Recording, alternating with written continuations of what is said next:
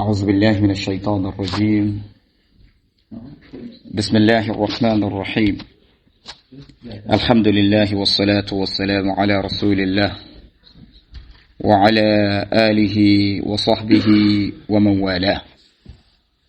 Inshallah, we shall continue our class from where we stopped. We've been able to cover about 6 of the creed of Al-Islam. And we began with Al-Imanu Qawlun wa Amal, which is the first one. The second one is Yazid wa Yankus. Can anybody remind us the third creed? Al-Qur'anu Kalamullahi Ghayru Makhluq. Please, we should be having that. Al-Qur'anu Kalamullahi Ghayru Makhluqin. بجميع جهاته. The fourth one, القدر خيره وشره من الله تعالى. The fifth one, خير هذه الأمة بعد نبيها أبو بكر ثم عمر ثم عثمان ثم علي رضي الله عنهم. The sixth one, we combined the sixth with the fifth last week. وهم الخلفاء الراشدون المهديون. So after mentioning those 4, وهم الخلفاء الراشدون المهديون, and they are the 4 guided caliphs. So inshallah, the 7th one is what we are going to be looking at today, or tonight, so which is وأن العشرة الذين سماهم رسول الله صلى الله عليه وسلم وشهد لهم بالجنة على ما شهد به رسول الله صلى الله عليه وسلم وقوله الحق. So the 7th one is the 10 people, the 10 Sahaba, the companions, they are 10. الذين سماهم رسول الله, that the Prophet sallallahu alayhi wasallam, the messenger, pronounced their names. Sammahum, he pronounced their names. وَشَهِدَ لَهُمْ بِالْجَنَّةِ, and he certified them. He certified them that they would be inmates of Al-Jannah. Radiyallahu anhum. عَلَى مَا شَهِدَ بِهِ رَسُولُ اللَّهِ. He certified them along with those he certified. This is an attestation that they are not the only people that the Prophet sallallahu alaihi wasallam certified as regards to entering Al-Jannah. He certified them. That was why Al-Imaman Ar-Rōziyyaen said, وَشَهِدَ لَهُمْ بِالْجَنَّةِ عَلَى مَا شَهِدَ بِهِ رَسُولُ اللَّهِ. He certified them along or among those he certified. So this means that they are not the only people that the Prophet sallallahu alaihi wasallam stated that they would enter Al-Jannah. وَقَوْلُهُ الْحَقِّ, and the statement of the Prophet sallallahu alaihi wasallam is the truth. Inshallah, we are going to give the explanation and say some commentary about the creed, that we have to believe that there are 10 Sahaba that the Prophet sallallahu alaihi wasallam pronounced their names, that they will be in Al-Jannah. And we are with the belief of Muslims should be that they are not the only people the Prophet ﷺ said they would enter Al-Jannah. They are more than 10. In fact, hundreds of them. So, and we have to believe here that the statement of the Prophet ﷺ, haqqun, is the truth. This is the summary of the belief that we need to understand here. So, خير الصحابة وأفضلهم العشرة المبشرون بالجنة. The best of the Sahaba, the best of them, they are the 10 that the Prophet ﷺ certified them with Al-Jannah. وهم, and they are Abu Bakr as-Siddiq. This is one of those things that Muslims should know. من هم المبشرون بالجنة. You should be able to state them by heart. هم أبو بكر الصديق وعمر ابن الخطاب وعثمان ابن عفان وعلي ابن أبي طالب. All the 4 that we said, هم الخلفاء الراشدون المهديون, they are there, no doubt. So we now have the remaining 6. And who are they? We have Talha ibn Ubaidillah. We have Sa'd ibn Abi Waqqas. We have Sa'id ibn Zayd ibn Amr. We have Abdul Rahman ibn Auf. We have Abu Ubaidati, and we have Abu Ubaidah Amir ibn al-Jarrah. So are they 6 already? Are they 10? I've mentioned Talha. I've mentioned Talha. After those 4, I need just to mention 6 more. So we have Talha, we have Sa'd, we have Sa'id, we have Abdurrahman ibn Auf, we have Abu Ubaidah ibn al-Jarrah.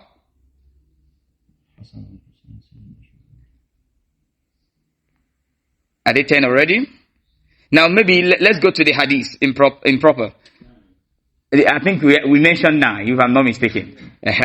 The Prophet sallallahu alaihi wasallam, as reported by Al-Imam At-Tirmidhi, rahmatullahi alayhi, he said, قال النبي صلى الله عليه وسلم أبو بكر في الجنة وعمر في الجنة وعثمان في الجنة وعلي في الجنة وطلحة في الجنة والزبير. I think we didn't mention Zubair ibn al-Hawwam. Zubair. والزبير في الجنة وعبد الرحمن ibn عوف في الجنة وسعد في الجنة وسعيد في الجنة وأبو عبيدة بن الجراح في الجنة. They are 10. So we should try as much as possible to memorize them. When I was teaching my students these sometimes back, I used a trick which is very helpful. Some of the Sahaba's name, some of their names begins with letter Ain. Just bring them, I think 4 of them. We have Uthman ibn Affan, we have Umar ibn al-Khattab, we have Ali ibn Abi Talib, we have, who again? Abdul Rahman ibn Auf. I think there are 4, right? And about 3 of them, or 2, if I'm not mistaken, begins with letter Hamza. 4 begins with Ain, Umar, Abdul Rahman ibn Auf, Uthman ibn Affan, and who? Ali ibn Abi Talib. 2 begins with letter Hamza. We have Abu Bakr as-Siddiq, and we have Abu Ubaidah ibn al-Jarrah. That is how many? 6, Abi. We have 4 remaining. And I think 2 also begins with Sin. Sa'd ibn Abi Waqqas, and we have Sa'id, who?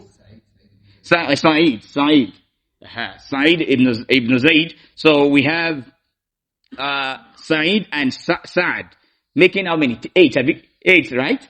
We have 2 remaining. And the 2 that are remaining, I think Talha and Zubayr.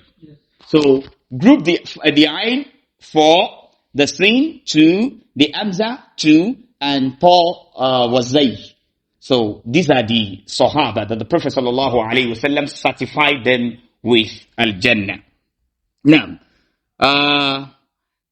Al-Hasan, like I said, from what Al-Imaman Ar-Rōziyyaen said, they are not limited. Like they are not only people that the Prophet ﷺ certified with Jannah. So among the people that the Prophet ﷺ pronounced Al-Jannah in their favor is Al-Hasan wal-Husayn. Hasan wa Husayn. The Prophet ﷺ said, Al-Hasan wal-Husayn sayyida shababi ahli al-Jannah. Al-Hasan wal-Husayn sayyida shababi ahli al-Jannah. Hasan and Husayn, they are the leaders. Okay, they are the leaders of the youth of Al-Jannah. They will be the leaders of all the youths in Jannah. May Allah count us among the inmates of Al-Jannah. Ameen. So, these are some of the hadiths from the Prophet ﷺ. A lot of them, those are the involved in Bay'atul Ar-Ridwan. The Prophet ﷺ also certified them with Al-Jannah. A lot. Those that are involved in Ghazwatul Badr, the Prophet ﷺ also certified them with Al-Jannah. That we cannot mention. They are not the only people that the Prophet ﷺ certified with Al-Jannah. But in the creed of Ahl Sunnah wal Jama'ah, we must believe that those 10, that they are mubashsharuna bil Jannah. So, fil fadila, in terms of their importance and their reverence. So, we need to also understand this too. So, Al-Khulafa Ar-Rashidun, they are more revered than other Sahaba. Not that other Sahaba, they do not have reverence. Okay? So, Al-Muhajirun, they are more revered than the Ansar. Because sabaqal muhajirun al-ansar bil iman. They had iman before the Ansar. Though if the Ansar, they are above the Muhajirun bin Nusra when it comes to helping Islam. But if we look critically into the affairs of Muhajirun, we will see that they are also having the reward of An-Nusra wal-Hijrah.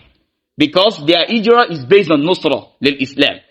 So helping Islam and making Islam, get to the level of power. So these are some of the things we need to know. And I have to say here that Ahlul Qibla, الذين يصلون إلى القبلة ويلتزمون بأحكام الإسلام ظاهرا هؤلاء لا يشهد للواحد منهم بالجنة. Ahlul Qibla are the people of Islam. Ahlul Qibla could be Mubtadi'ah. So it is not necessary that they have to be Ahlul Sunnah wal Jama'ah. قد نقول المعتزلة من أهل القبلة because they claim Islam and they are also worshipping Allah and they are facing Qibla when they pray. Who again from among the sects?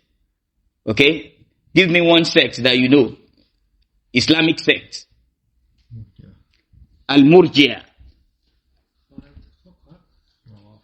Ar-Rawafid,